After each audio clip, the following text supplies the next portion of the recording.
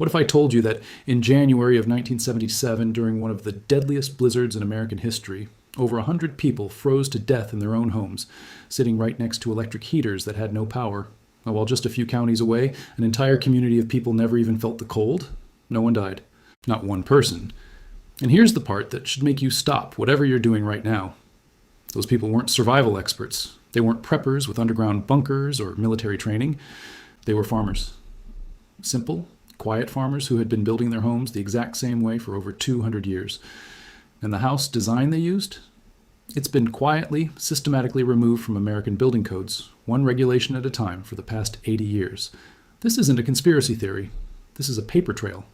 And once you see it, you cannot unsee it. A reporter from the Akron Beacon-Journal drove out to Holmes County, Ohio, 4 days into that blackout. Roads were barely passable. The temperature outside had dropped to 22 degrees below zero. He knocked on the door of a farmhouse owned by a man named Eli Yoder. When Eli opened the door and let him in, the reporter looked at the kitchen thermometer. It read 68 degrees. No furnace, no electricity, no gas line running to a utility company. Just a warm kitchen, a man offering coffee, and a look on Eli's face that said he genuinely didn't understand what all the fuss was about. 90 degrees of difference between inside and outside, with no mechanical heating system running. How? That question has been sitting in the back of my mind for years.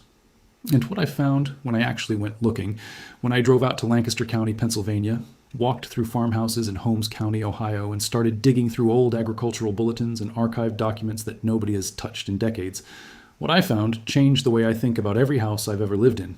The answer is not some exotic technology. The answer is not complicated. The answer is a home design so old, so logical, and so brutally effective that the people who built the modern housing industry spent 40 years making sure you'd never ask about it. Let me take you inside one of these homes, because the moment you understand how an Amish farmhouse actually works, the moment you see it as a system rather than just a building, everything changes. Start in the basement. Because that's where the secret begins, and that's where almost every modern American home gets it catastrophically wrong. Imagine this. You walk down a set of worn wooden steps into a basement in the middle of a Holmes County winter. Outside, the ground is frozen solid. But when your foot hits the basement floor, the first thing you notice is that it's warm. Not cool, not cold. Warm. There's a coal stove or a wood stove sitting low in the center of that space, burning slow and steady, and the heat coming off that stove is doing something that your furnace at home has never done and was never designed to do. It's rising, naturally, through floor vents cut directly above the stove, drifting upward through the bones of the house, spreading into every room above without a single fan, blower, or duct. No electricity required, no filter to change, no repairman to schedule, no moving parts of any kind. This is called gravity heat. And it was the dominant form of home heating across rural America until approximately 1940. Then the gas furnace industry showed up. And gravity heat was branded old-fashioned, inefficient, a relic of a less sophisticated era. Builders stopped designing for it. Building codes stopped accommodating it. By 1960, virtually no new American home was being built to use it. But here's what nobody told you. Gravity heat is not inefficient. It is actually the most efficient heat distribution system ever designed, because it works with the laws of physics instead of against them. See, hot air rises, cold air falls. That's it. That's the whole engineering principle. An Amish home is built around that single truth. The stove sits at the lowest point, the vents sit above it, the living spaces sit above the vents, the bedrooms sit at the top. Heat moves through the house the way water moves downhill, because that's what heat does when you stop fighting it and start working with it. I sat in a kitchen in Lancaster County last January with a man, another Eli, different family, who told me his grandfather built that house in 1891. The heating system had never been touched, not once, not in over 130 years. Now compare that to your gas furnace, which the manufacturer fully expects to fail somewhere between 15 and 20 years after installation. Think about what that means, not just in repair costs. Think about what it means for your family the night the grid goes down. But gravity heat is only the beginning. The second thing the Amish do, and this is where it starts to feel like genuinely buried knowledge, is the walls. Walk up to an Amish farmhouse in Pennsylvania and look at the walls from the outside. These are not the 4-inch stud walls inside your living room right now. These walls run between 12 and 18 inches thick, sometimes deeper. The exterior is often stone or brick, laid 2 full courses deep, with a cavity in the middle packed with sawdust, lime, straw, or in some of the older homes, river sand. That's not decoration. That's not historical charm. That wall doesn't just block cold air. It absorbs heat during the day and releases it slowly all night long. Builders call this thermal mass. The Amish just call it building the house right. The United States Department of Agriculture published a bulletin in 1943. You can still find it in certain agricultural archives if you know what you're looking for. That specifically recommended walls of at least 10 inches for any home built north of the 38th parallel. That bulletin was quietly retired in 1961. By 1978, the standard American stud wall had shrunk to 3.5 inches of insulation sandwiched between 2 sheets of half-inch drywall. You are heating a paper bag. The Amish are heating a stone vault. There is no competition. But thick walls and gravity heat are only part of the system. There's something else inside these homes that nobody talks about, and once you understand it, you will never look at a window the same way again. Picture this. You're standing on the front porch of an Amish farmhouse in December, looking at the windows from the outside. Notice anything strange?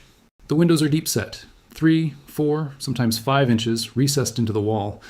Above each window, there's a small wooden overhang, what old carpenters used to call a hood.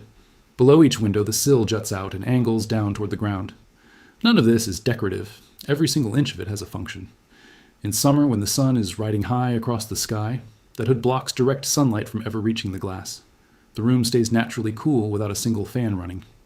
In winter, when the sun drops low on the horizon, that same hood does nothing to block it, and the low winter sun pours straight through the glass and lands on the dark wooden floor inside the room. That floor spends the daylight hours absorbing solar energy. Then, after sunset, it releases that stored heat back into the room all through the night. Architects rediscovered this principle during the energy crisis of the 1970s and called it passive solar design. They tried to reintroduce it into American home building. They largely failed because by that point, the building industry, the heating industry, and the cooling industry had spent 4 decades persuading American homeowners that comfort was something that came out of a machine, not something that was built into the structure of the house itself. On the inside of those same windows, the Amish hang heavy curtains, not decorative curtains, working curtains, wool or quilted cotton, often 2 layers thick that pulls all the way down to the windowsill at sunset and seals the window from the interior. A study from Penn State Extension, published in 1974, found that a heavy interior curtain reduced heat loss through a single pane window by 41%. 41% from a piece of fabric that costs less than $30 to make at home. And here's the part they never mention. That same curtain works just as well on a modern double-pane window because modern windows still leak heat at the frames and edges. A heavy interior curtain seals the entire opening, frame and all. Now we get to the ceilings, and this is where things start to get genuinely uncomfortable if you live in a home built after 1970. American homes, beginning around 1950, started building ceilings higher and higher. 8 feet was the original standard, then 9 feet, then 10. Vaulted ceilings became a status symbol. The higher the ceiling, the more impressive, the more magazine-worthy, the more desirable the home. That's what we were told. That's what the design culture sold us. The Amish go the exact opposite direction. Their ceilings sit at 7 feet, sometimes 6 feet, 10 inches. And they do that deliberately and precisely because every additional cubic foot of air inside a room is a cubic foot of air that has to be heated and maintained. A 7-foot ceiling cuts your heating load by nearly 20% compared to a 9-foot ceiling. Just from reducing the volume of air the heat has to fill. That's not a small number. That's 1/5 of your heating bill. Gone, just from how high you hang the ceiling. A man named Daniel Borntrager in Jackson County. Wisconsin built his entire 2-story farmhouse with 7-foot ceilings throughout. The local building inspector cited him for it in 2003 because the modern building code required 8 feet as a minimum. He was fined for building a more efficient house. Read that again, slowly. A man was legally penalized for building a home that used less energy. The lawsuit against Borntrager was one of 18 legal actions filed against Amish builders in New York and Wisconsin courts during that same period. The official reason listed in each case was building code violations. But when you actually read through the citations, what you find is that the Amish were building homes that didn't match the assumptions baked into modern energy codes. Their walls were too thick. Their ceilings were too low. Their windows were too small and too deep. Their basements contained heating equipment without manufacturer labels. The code wasn't written to make homes more efficient. The code was written to make homes more uniform. And uniform meant easier to inspect, easier to insure, and easier to keep selling replacement parts and monthly services for. Here at Secret Vault, this is exactly the kind of thing we dig up. The knowledge that was supposed to stay buried. Now, if you already own a home and you're thinking this all only applies to someone building from scratch, stay with me. Because what I'm about to share is the single highest impact thing you can do to your existing house this coming weekend, with no contractor, no permit required, and under $200 in materials. The Amish call it preparing the house for winter. Builders who've studied it call it a thermal envelope reset. The Amish themselves don't call it anything special. They just do it every fall, in the same week as the corn harvest, like it's as natural as breathing. Start in the basement, walk down there and find the rim joist. That's the horizontal wooden band that runs around the top of your foundation wall, right where the floor of your first story rests on the concrete. In nearly every American home built before 1990, that rim joist is completely uninsulated. It's one of the single largest sources of heat loss in the entire house, and almost no one ever looks at it. The Amish stuff that gap with rock wool, sheep's wool, or in older homes, dense wads of pressed cotton rags. A 2-inch layer of rock wool batting cut to size and pressed firmly into every rim joist bay will stop somewhere between 15 and 20% of your home's total heat loss. Materials cost roughly $90 for a 1,500 square foot home. Time investment is about 3 hours on a Saturday morning. Next, walk through the house and find every electrical outlet mounted on an exterior wall. Every single one of those outlets is a hole punched directly through your insulation, and cold air is pouring through it 24 hours a day, all winter long. You can fix this with foam outlet gaskets, $2 for a pack of 10 at any hardware store. You slide one behind each outlet cover plate. 20 minutes of work, and you will notice a temperature difference in the room within a single day. Third, do what the Amish call winter banking. On the outside of your house, along the base of the foundation, pile up straw bales, bag dry leaves, or compacted soil to a height of about 2 feet and a width of 1 foot, running all the way around the perimeter of the structure. This is small-scale earth berming. It cuts the wind off the foundation, stops cold from migrating upward through the concrete slab, and warms your floors by between 3 and 7 degrees in the deepest months of winter. In spring, you pull the material back and use it in the garden. The Amish have been doing this since the 1700s. It costs absolutely nothing if you have leaves on your property. Fourth, and this one surprises almost everyone, close off the rooms you're not using. Not just shut the door, seal the door, roll a towel tight along the gap at the bottom. Hang a heavy curtain over the door frame on the warm side. The Amish heat the kitchen and the main gathering room. Bedrooms warm up naturally at night from heat rising through floor vents, and during the day they sit cool and unused. A modern American home, by contrast, tries to heat every cubic foot of every room to the same temperature, 24 hours a day, whether anyone is in the space or not. That's not comfort. That's waste on an industrial scale. And it's exactly what the heating industry designed things to be, because every extra degree you heat an empty room earns the gas company money and costs you nothing but everything. Do those 4 things this weekend and you will cut your heating bill by between 30 and 45% before next January. Not a guess, not a projection, a measurable result backed by physics. But the Amish do one more thing in their homes that I had never seen written about in any modern guide, any magazine, or any extension bulletin. Oh, until I started going through old archives myself. And this is the piece that, once you understand it, will change the way you think about every room in your house. Here's what happens. You walk into an Amish kitchen in the evening in the dead of winter.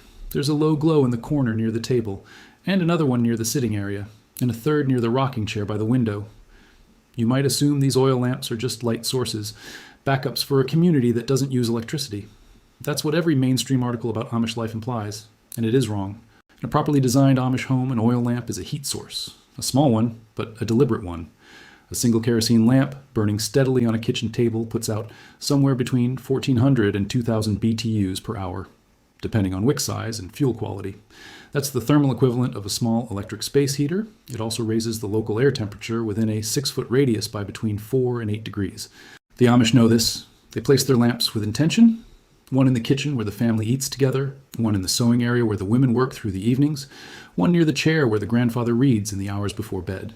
The lamps are not lighting the room. They are heating the people in the room, specifically the people, not the empty air above their heads, not the unused corner by the door, the people. This is called zone heating, and it is the most efficient form of human thermal comfort ever developed. You don't heat the house, you heat the human body. The Japanese have done this for centuries with the kotatsu, a low wooden table with a heat source underneath and a blanket draped over the sides, trapping warmth around the person seated at it. The Persians did it with the korsi. The Europeans did it with the warming pan passed between beds before sleep. Every traditional culture in the cold parts of this world figured this out in their own way, in their own time. American suburbia forgot it in a single generation, one gas furnace installation at a time. Now I want to give you the final piece. The piece I pulled out of an archive at the Amish and Mennonite Heritage Center in Berlin, Ohio. A document that I have never seen referenced anywhere in any modern publication, guide, or building manual. It's dated November 9th, 1896. written by a Lancaster County builder named Jonas Stoltzfus, composed as a letter of instruction to his nephew, who was constructing his first home in Mifflin County. Among the specific instructions in that document is a directive about the kitchen layout.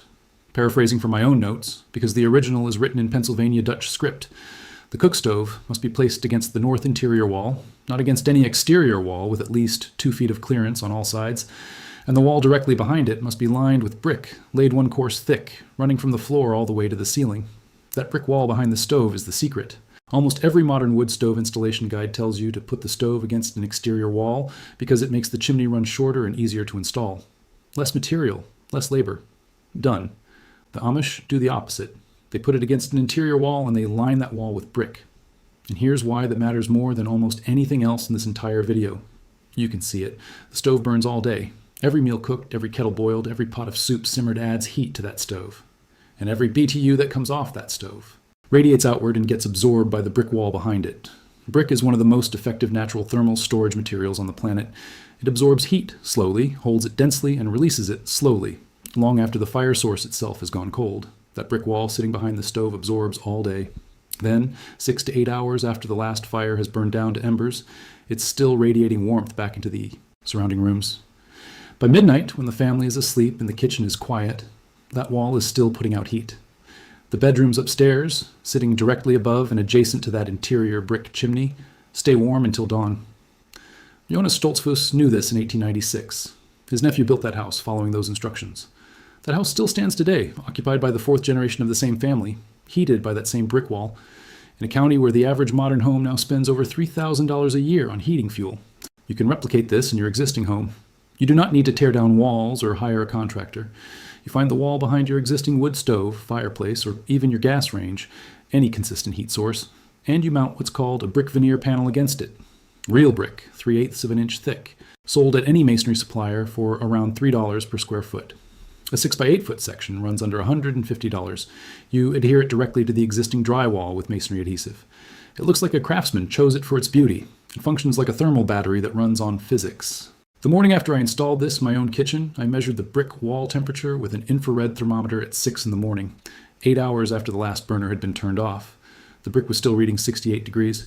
The unmodified drywall on the opposite wall of the same room was reading 54. 14 degrees of free, silent, stored heat captured and released by a piece of fired clay that hasn't fundamentally changed in 5,000 years. Now step back from all of this and look at it as a complete system.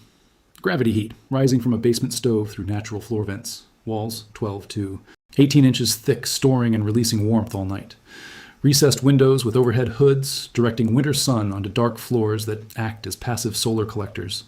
Heavy interior curtains sealing every window frame at sunset. Low ceilings reducing the volume of air that needs to stay warm. Zone heating from oil.